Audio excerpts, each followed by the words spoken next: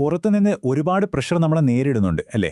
ജീവിതത്തിന്റെ ഭയങ്കരമായ വേഗത, എപ്പോഴും ആരുടെയെങ്കിലുമൊക്കെ ഒപ്പം ഓടിയെത്താനുള്ള മത്സരം, സോഷ്യൽ മീഡിയ ഉണ്ടാക്കുന്ന ഒരുതരം സമ്മർദ്ദം, പിന്നെ സാമ്പത്തികമായ ടെൻഷനുകൾ, ഇവയൊന്നും പുറത്തു മാത്രം നിൽക്കുന്നില്ല. ഇതെല്ലാം നമ്മുടെ ഉള്ളിൽ ദേഷ്യമായും പേടിയായും ചിലപ്പോൾ കുറ്റബോധമായുമൊക്കെ രൂപം മാറും.